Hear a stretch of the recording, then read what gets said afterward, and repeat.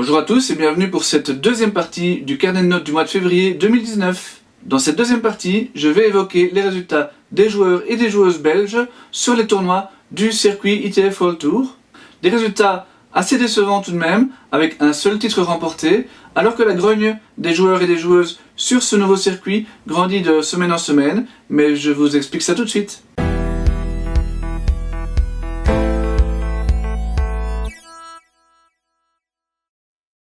Je débute par les filles puisque c'est sur ce circuit qu'on retrouve la seule victoire, mais ce succès obtenu par Magali Kempen à Sharm el-Sheikh est le seul résultat valable réalisé par une de nos joueuses. En effet, pas une seule autre joueuse belge n'est parvenue à se hisser dans le dernier carré d'un tournoi W15, donc doté de 15 000 $ de prix. Pour Magali, ce succès, le 6e de sa carrière déjà, faisait suite à un premier titre déjà remporté en 2019 dans la même station balnéaire égyptienne en janvier. Elle était donc invaincue au bout de 10 matchs cette saison, mais cette invincibilité n'a malheureusement pas duré plus longtemps puisqu'elle s'est inclinée d'entrée la semaine suivante, toujours à Sharm el-Sheikh. Une seule autre joueuse a atteint un quart de finale et c'est Elisa van Langendonk. Elle a atteint ce stade à Antalya avant de buter 2 fois au deuxième tour dans 2 autres tournois disputés dans la même ville. Cela dit, elle a chaque fois été battue par une tête de série alors qu'elle sortait des qualifications. Elle a donc remporté en tout 8 matchs pour seulement 3 défaites, ce qui est un assez bon début de saison. Difficile de trouver une troisième joueuse à mettre sur ce podium, puisque aucune autre n'a réussi à remporter un match dans un tableau final de W15 ce mois-ci. Celle qui en fut le plus proche, c'est Clara Vlaselaar, qui ne s'est inclinée que 7-5 au dernier set, au premier tour de Monastir. Elle est donc passée assez près d'une grosse perf, puisqu'elle affrontait la deuxième tête de série. La semaine suivante, toujours à Monastir, elle a encore franchi un tour dans les qualifs. Alors je fais un petit aparté en forme de mea culpa.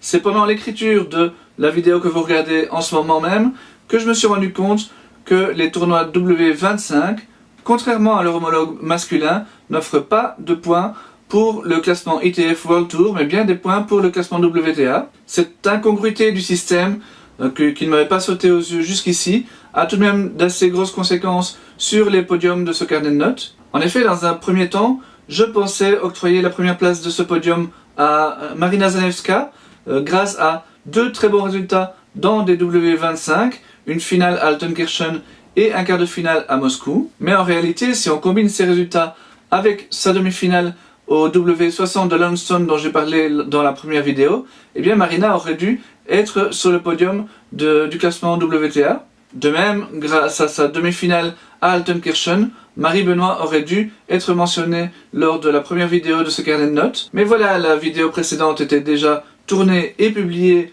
quand je me suis rendu compte de cette erreur. Et oui, il me faut moi aussi un petit temps d'adaptation à ce nouveau circuit, mais c'est promis, dès le carnet de notes du mois de mars, je placerai les résultats des W25 dans la première vidéo.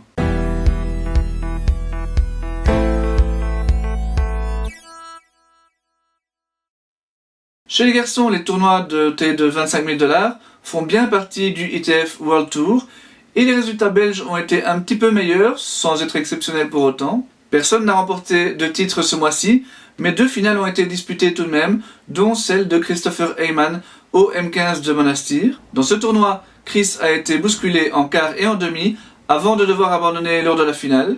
La semaine précédente, toujours à Monastir, il avait déjà atteint les quarts de finale, mais avait dû s'avouer vaincu face à la deuxième tête de série. Enfin, il a terminé ce mois au M25 de 30, où il s'est incliné au deuxième tour en 3-7, face là aussi à une tête de série. C'est Yannick Mertens qui a disputé l'autre finale du mois au M15 de Grenoble. Le Brabançon a connu un parcours relativement tranquille jusqu'en finale, mais il s'y est incliné face au joueur local Lenny Mitiana. La suite de son mois n'a pas été aussi bonne, puisqu'il s'est incliné dès le premier tour au M25 de Glasgow et au deuxième tour à celui de 30, de la part d'un ancien top 200, co-détenteur belge du record de victoire en tournoi futur. Ce n'est quand même pas des résultats exceptionnels.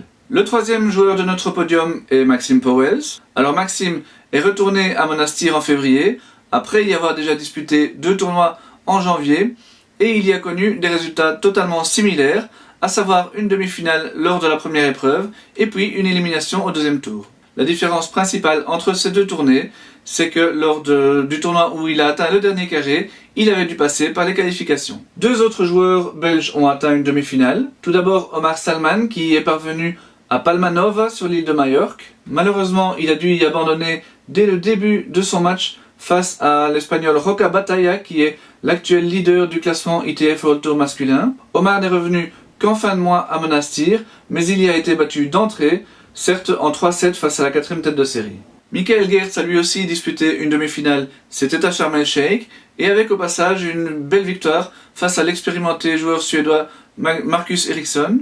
Michael a enchaîné ensuite avec un bon quart de finale à Faro, mais en tout début de mois, il avait pour son tout premier tournoi de la saison été battu au premier tour, c'était déjà à Sharm el-Sheikh. Pour Jeroen van Est, on peut parler de petite déception, avec une élimination au premier tour à Palma Nova, puis au deuxième tour et en quart de finale dans deux épreuves disputées à Antalya. Bon, c'est surtout une déception vis-à-vis des résultats qu'il a obtenus l'an dernier, mais ces défaites ont été obtenues souvent en 3-7, en tout cas dans des matchs très serrés, face à de très bons joueurs. En Espagne, par exemple, il a perdu seulement au tie-break du dernier set face à l'ancien top 50, Temuraz Gabashvili.